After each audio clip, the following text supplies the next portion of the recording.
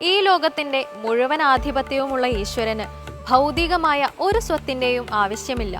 എങ്കിലും ക്ഷേത്ര സ്വത്തുകൾ അപഹരിക്കുന്നവൻ വലിയ കാലതാമസമില്ലാതെ പിടിക്കപ്പെടും എന്നതാണ് ഇതുവരെയുള്ള ചരിത്രം. കാരണം അത് അനേകം വിശ്വാസികളുടെ ഭക്തിയുടെ ശേഖരമാണ്, അർപ്പണത്തിന്റെ കരുത്താണ്. കാണാം ഇന്നത്തെ ദീപാരാധന കാഴ്ചകൾ.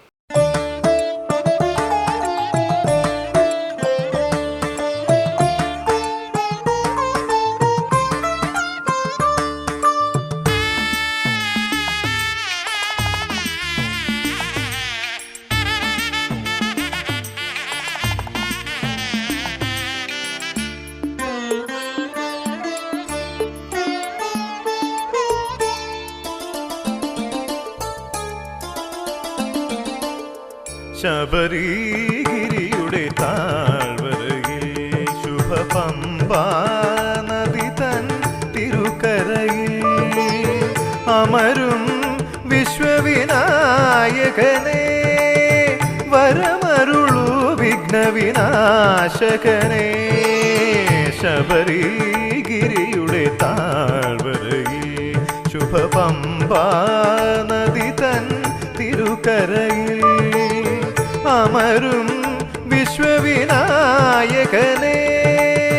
വരമരുളു വിഘ്നവിനാശകനെ. ശബരിഗിരിയുടെ താഴ്വരയിൽ ശുഭപമ്പാ നദി തൻ തിരുക്കരയിൽ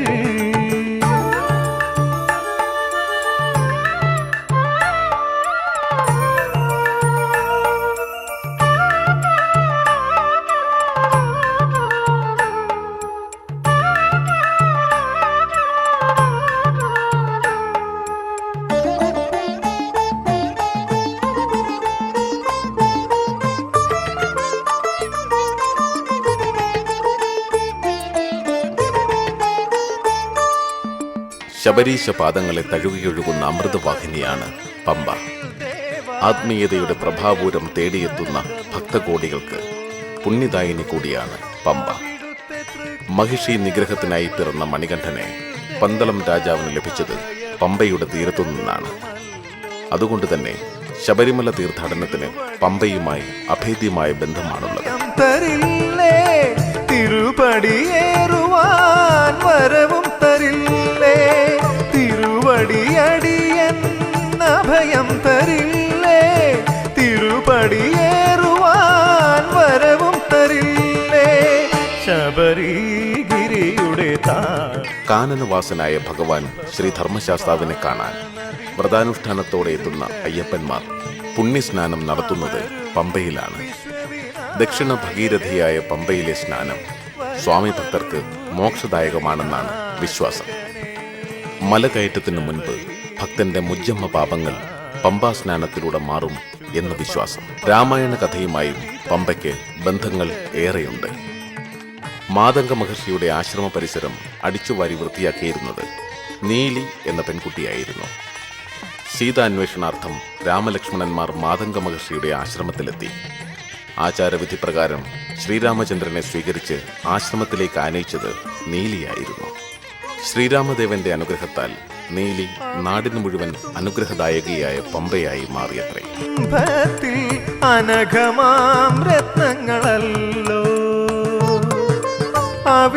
പാപനാശിനി കൂടിയാണ് പമ്പ.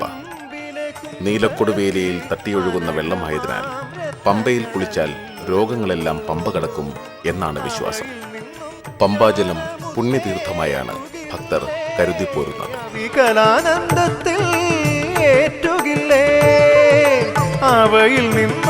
ഭാരതത്തിലെ വ്രതങ്ങളിലും ആചാരങ്ങളിലും ഉത്സവങ്ങളിലും ജ്യോതിശാസ്ത്രത്തിന്റെ മുഖ്യമായ പങ്കുണ്ട്. ജ്യോതിശാസ്ത്രവുമായി ബന്ധപ്പെട്ടുകൊണ്ടാണ് എല്ലാ വിധത്തിലുമുള്ള ഉത്സവങ്ങളും ആചാരങ്ങളും ഇവിടെ നടന്നു പോരുന്നത്. ഇതുതന്നെയാണ് മണ്ഡലകാലം 41 ദിവസമായതിന്റെ പിന്നിലുള്ള പ്രത്യേകത. വിശ്വവിനായകനെ വരമരുളു വിഘ്നവിനാശകൻ. യഥാർത്ഥത്തിൽ യാഗങ്ങളുടെ എല്ലാം ആരംഭം കുറിക്കുന്ന സമയമാണ് ഉത്തരായനം. ദക്ഷിണായനം എന്നത് പിതൃക്കളുടെ സമയവുമാണ്.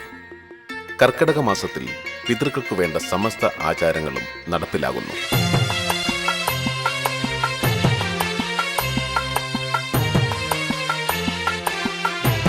ഭാരതത്തിൽ സൗരവർഷം, ചാന്ദ്രവർഷം എന്നിങ്ങനെ 2 തരത്തിലുള്ള കലണ്ടറുകളാണുള്ളത്.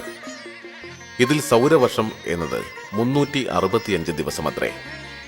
മുൻപ് ചാന്ദ്രവർഷം എന്ന ഒരു വാർഷിക കാലഗണന കൂടി ഇവിടെ ഉണ്ടായിരുന്നു. അത് 27 നക്ഷത്രങ്ങളെ 12 മാസം കൊണ്ട് ഗുണിച്ചാൽ കിട്ടുന്ന സംഖ്യ 324 ആയിരിക്കും. ഈ സംഖ്യ 365 ദിവസങ്ങൾ അടങ്ങുന്ന സൗരവർഷത്തിൽ നിന്നും കുറയ്ക്കുമ്പോൾ കിട്ടുന്ന സംഖ്യ 41 ആണ്.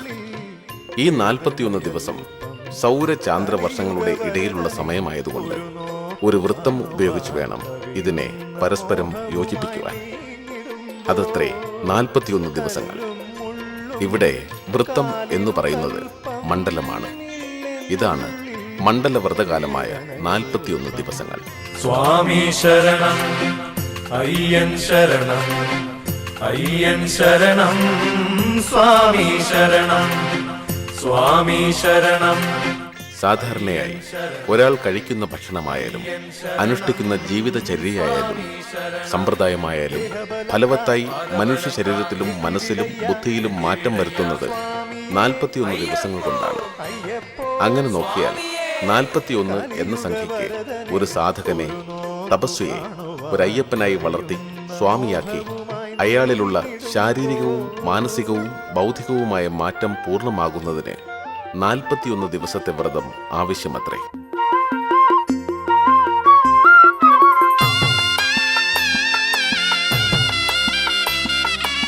ഒരു സാധകനെ സംബന്ധിച്ചിടത്തോളം സൗരചാന്ദ്ര വർഷങ്ങൾക്കിടയിലുള്ള കൃത്യമായി നഷ്ടപ്പെട്ടു പോകാനിടയുള്ള ദിവസത്തെ കണക്കാക്കിയാലും 41 ദിവസമത്രേ. ശുദ്ധിയുണ്ടെങ്കിൽ മേട്ടിലും കാട്ടിലും വ്യഥകൾ തൻ കൂരിരുൾ. ഭാരതത്തിൽ 365 ദിവസവും ഏവരും സാധന ചെയ്യണം എന്നാണ് പഠിപ്പിക്കുന്നത്. സാധന എല്ലാ ദിവസവും അനുഷ്ഠിക്കേണ്ടതത്രേ. ഇവിടെ 41 ദിവസമെന്ന മണ്ഡലം ഒരു വൃത്തത്തെ പൂർത്തീകരിക്കുന്ന സാധനയുടെ കൃത്യമായ സമയമാണ്. ഇവിടെ സാധനയുടെ സമയക്രമമുണ്ടായി.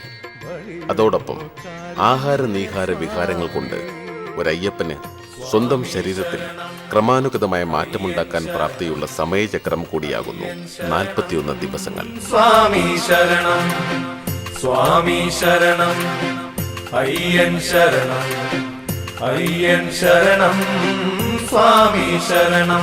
മണ്ഡലകാല വ്രതത്തിൽ വളരെയധികം പ്രാധാന്യമുള്ളതത്രേ കന്നിമൂല ഗണപതിയും ഗണപതി സങ്കല്പവും. അയ്യപ്പോ അയ്യപ്പോ സ്വാമിയേ, കലിയുഗ വരദനെ ഒരു നോക്കു കാണുവാൻ കവിയുന്ന മോഹവുമായി നീങ്ങിടുമ്പോൾ ഒരാളുടെ ഉള്ളിലുള്ള എല്ലാ വിഘ്നങ്ങളെയും ഇല്ലാതാക്കുന്ന അതിദേവതയാണ് ഗണപതി.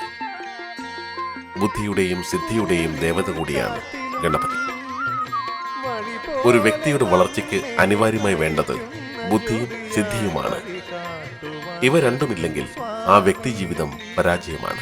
വഴിയുന്നു കാരുണ്യം സ്വാമി, സ്വാമി ശരണം, അയ്യൻ ശരണം, അയ്യൻ ശരണം സ്വാമി ശരണം, സ്വാമി ശരണം.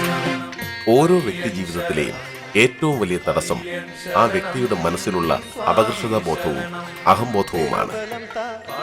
ഈ 2 ഭാവങ്ങളും ഒരു വ്യക്തിയുടെ ജീവിതത്തിൽ തടസ്സങ്ങൾ സൃഷ്ടിക്കുന്നു.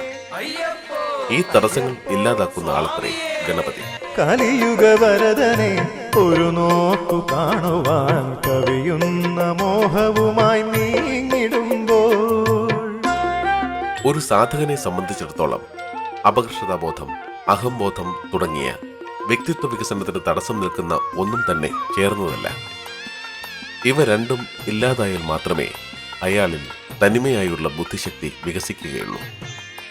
അയാളിലെ തനിമയായുള്ള സിദ്ധി പുറത്തു വരികയുള്ളൂ.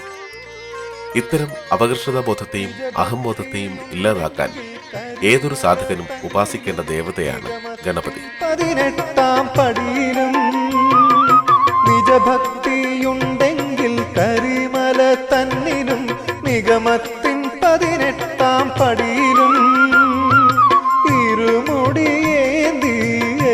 ഏതൊരു വ്യക്തിയുടെയും വളർച്ചയ്ക്ക് അനിവാര്യമായ ഒന്നത്രേ ചുറ്റുപാടുമുള്ള എല്ലാ ശബ്ദങ്ങളെയും തിരിച്ചറിയുക എന്നത്. ഒരു വ്യക്തി ഏറ്റവും സൂക്ഷ്മമായ കാര്യങ്ങളെക്കുറിച്ച് പോലും തിരിച്ചറിയാൻ ശേഷിയുള്ളവനായിരിക്കണം. എന്നാൽ അദ്ദേഹത്തിന്റെ കണ്ണുകൾ എപ്പോഴും തന്റെ ഉള്ളിൽ തന്നെ ഉറപ്പിച്ചിരിക്കുകയും വേണം. ഇതാണ് ഗണപതി നമുക്ക് നൽകുന്ന സന്ദേശം. അയ്യൻ ശരണം, അയ്യൻ ശരണം, സ്വാമി ശരണം, ദേഹബലം താ പാദബലം താ. ഏറ്റിവിടയ്യ. ഒരാൾ തന്റെ ഉള്ളിലേക്ക് കടന്നു വരുന്ന അഹംബോധത്തെയും അപകർഷതാബോധത്തെയും ഇല്ലാതാക്കുന്നത് എങ്ങനെ എന്നതിനുള്ള ഉത്തരമാണ് ഗണപതി ഉപാസന. നോക്കു കാണുവാൻ കവിയുന്ന മോഹവുമായി നീങ്ങിടുമ്പോൾ കല്ലും മുള്ളും. ഏതൊരു അയ്യപ്പന്റെയും അഥവാ ഭക്തന്റെയും ആഗ്രഹം എന്നത് തന്റെ ഉള്ളിലുള്ള ഈശ്വരീയ ദർശനത്തിന്റെ പൂർണ്ണതയാണ്. ആ ഈശ്വരീയ ദർശനത്തിന്റെ പൂർണ്ണതയ്ക്ക് ഗണപതിയെ ഉപാസിക്കേണ്ടതുണ്ട്. കാരണം ഗണപതി എന്നത് ബുദ്ധിയുടെയും സിദ്ധിയുടെയും ദേവനാണ്. ഈ ബുദ്ധിയും സിദ്ധിയുമാണ് ഏതൊരു സാധകനും ഉണ്ടാകേണ്ടതും. ഇവ രണ്ടുമുണ്ടായാൽ മാത്രമേ പൂർണ്ണമായ അർത്ഥത്തിൽ ഈശ്വരനെ ദർശിക്കാൻ സാധിക്കുകയുള്ളൂ. യഥാതഥമായ ബുദ്ധിയും അതിലൂടെ സിദ്ധിയും ഉണ്ടാകണം. അതിന് ഓരോ അയ്യപ്പനും കന്നിമൂല ഗണപതിയെ ഉപാസിക്കേണ്ടത് അനിവാര്യമത്രേ. ശരണമ